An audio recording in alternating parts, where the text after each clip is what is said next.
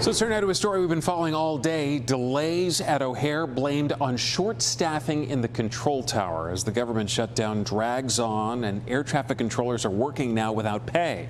NBC5's Natalie Martinez is at the big airport live tonight with how things are looking right now. Natalie? Yes, Stefan, we are on the tail end of this ground delay now. The FAA issued it because there are simply not enough air traffic controllers on duty to manage the incoming flights. O'Hare Airport might see some delays on any given Tuesday, but tonight's ground delay is due to staffing shortages.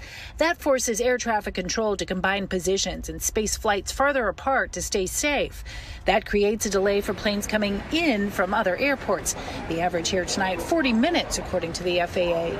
I'm actually surprised that things are still going. Crystal Wang spent one night in Chicago for a presentation and is headed back out to San Francisco for another one tomorrow. They were asking us to, I think, get like a food voucher to go like 4 hours later. I was like, you're going to need to give me more than food. Air traffic controllers are considered essential employees, so they're still working even though they're not getting paid. Doesn't add up. Dr. Khalil has surgery tomorrow on the West Coast. I changed my flight to this flight. I trust the judgment of the airlines.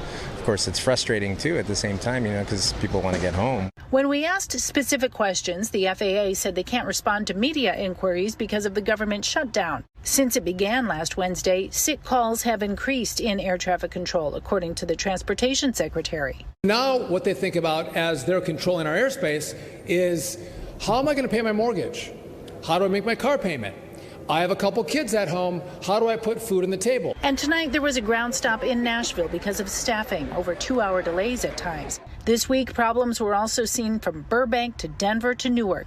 We found one Canadian who flies frequently and was resorting her luggage in preparation for a potentially long wait. I'm just trying to put as much in the suitcase as I possibly can. I've heard there's going to be possibly some ground delays because of shortages of workers. So, yeah, really crossing my fingers that my flight is not delayed. It's completely out of my control, so I can try to make the best of it or be miserable the entire time. And keep a good attitude. All right, here we are about 5 minutes into 10 o'clock, and this ground delay is expected to go until 11. We are live at O'Hare. Natalie Martinez, NBC5 News. Natalie, thank you.